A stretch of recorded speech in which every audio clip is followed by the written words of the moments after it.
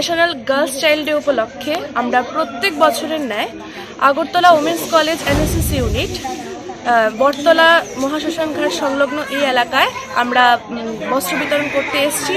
আমাদের এরকম কর্মসূচি আমরা অব্যাহত রাখি, আশা করি পরবর্তী সময় অব্যাহত থাকবে। আমরা গার্লস চাইল্ড ডে উপলক্ষে অ্যাডপ্টেড ভিলেজেও এরকম অনেক কর্মসূচি পালন করেছি, শিশুদের বসে আঁকা প্রতিযোগিতা, এরকম বিভিন্ন ধরনের কর্মসূচি পালন